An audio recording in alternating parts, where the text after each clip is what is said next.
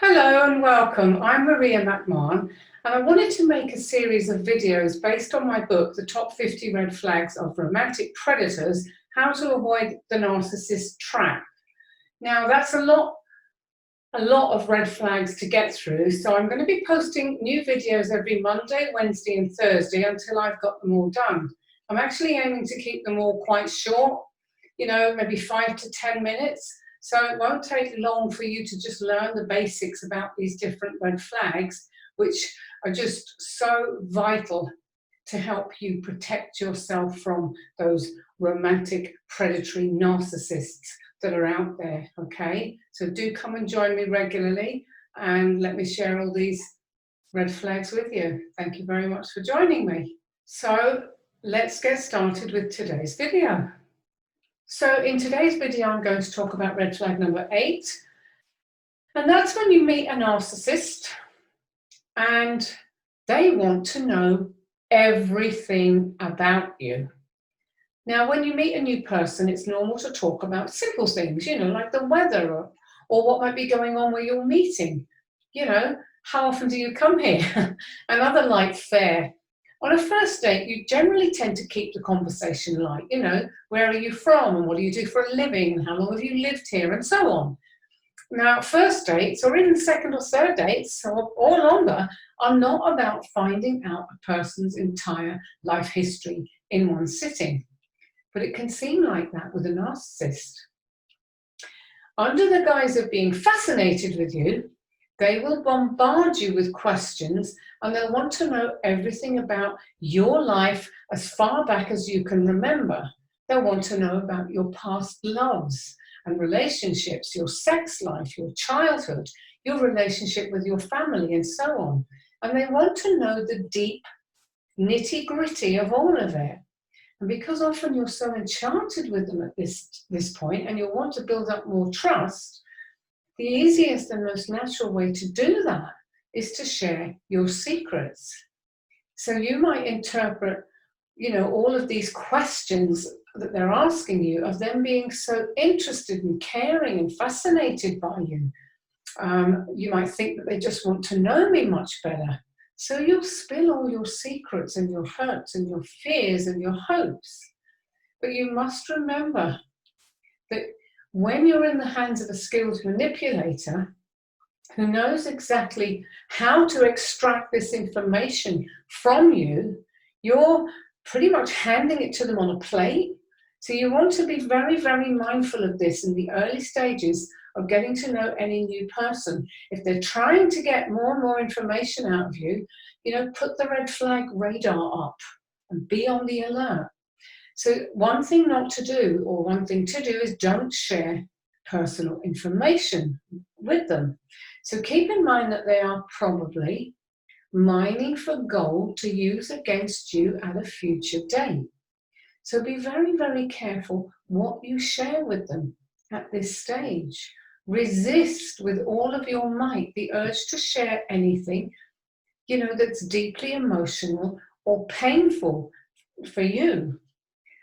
And remind yourself, although you might be, totally infatuated or besotted or whatever with this person, it's still very early days and you simply don't know enough about them to share your innermost secrets with them, Now, one woman in my women's group, I have a women's group and a man's group in Facebook, she asked me, what counts as personal information? Do I tell him that I have 3 siblings and I'm divorced? And good questions. My answer was that, yes, you can tell him that. But if you have troubled relationships with any family members, for example, don't share that. If he asks you why you got divorced, don't go into details. It's none of this person's business.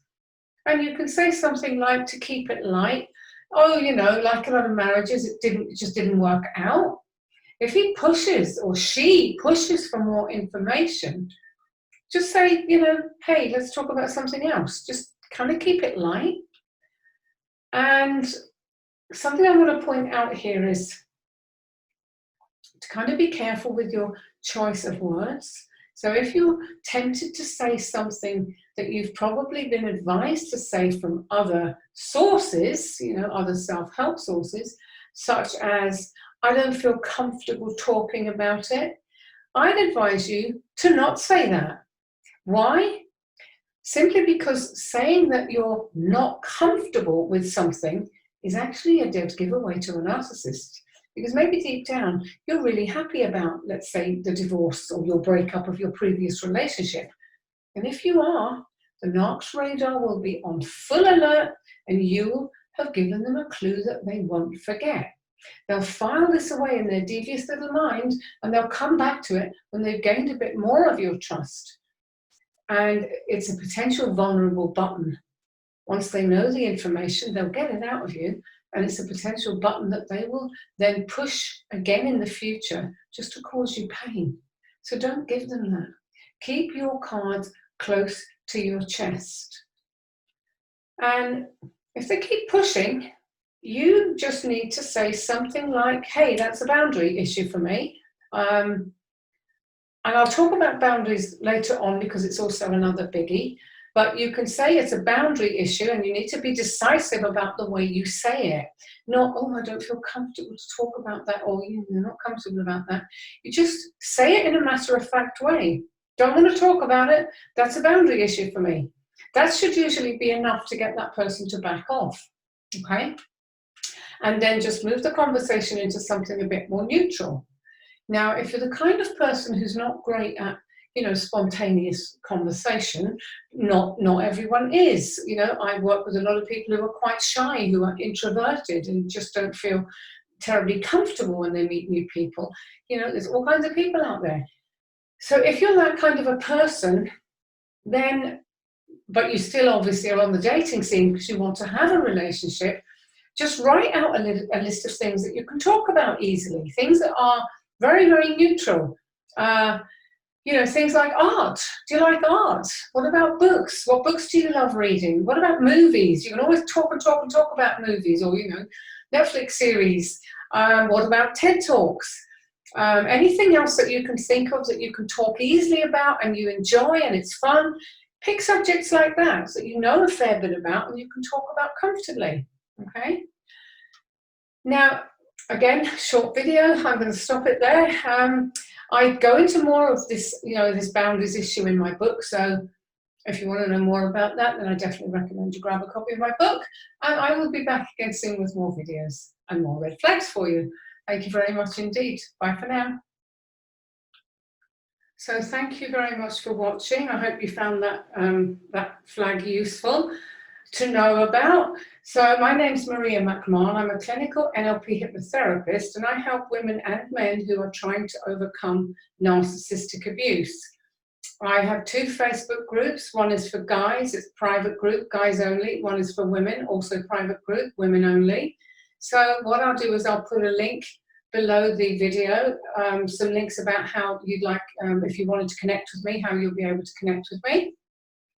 I'll also put a link to the book, which is currently on Amazon for just 99 cents, so it's pretty cheap. Now, if you found this video helpful, please like and comment and subscribe and come back soon for more red flags, because every Monday, Wednesday and Thursday I'll be posting until I get through all the 50. Okay, so thank you very much again and I will see you soon. Bye for now.